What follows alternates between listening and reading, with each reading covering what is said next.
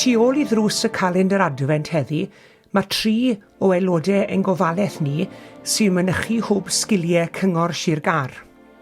Nia o Gapel Heolaws yw un ohonyn nhw, Hyw o Gapel Cana yw'r ail, a Carl o Gapel Elin Ffynon Ddrain yw'r trydydd.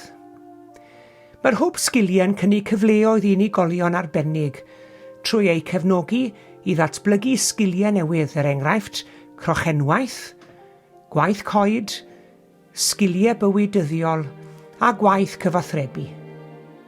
Mae'r criw yn cwrdd bob wythnos ac yn gweithio'n galed drwy'r flwyddyn I gynhyrchu crochenwaith a gwaith coed o safon uchel iawn sy'n cael ei gwerthu mewn nifer o siopau lleol. Yn ddiweddar, maen nhw wedi bod yn paratoi at y Nadolig. Dyma flas o'i gwaith arbennig.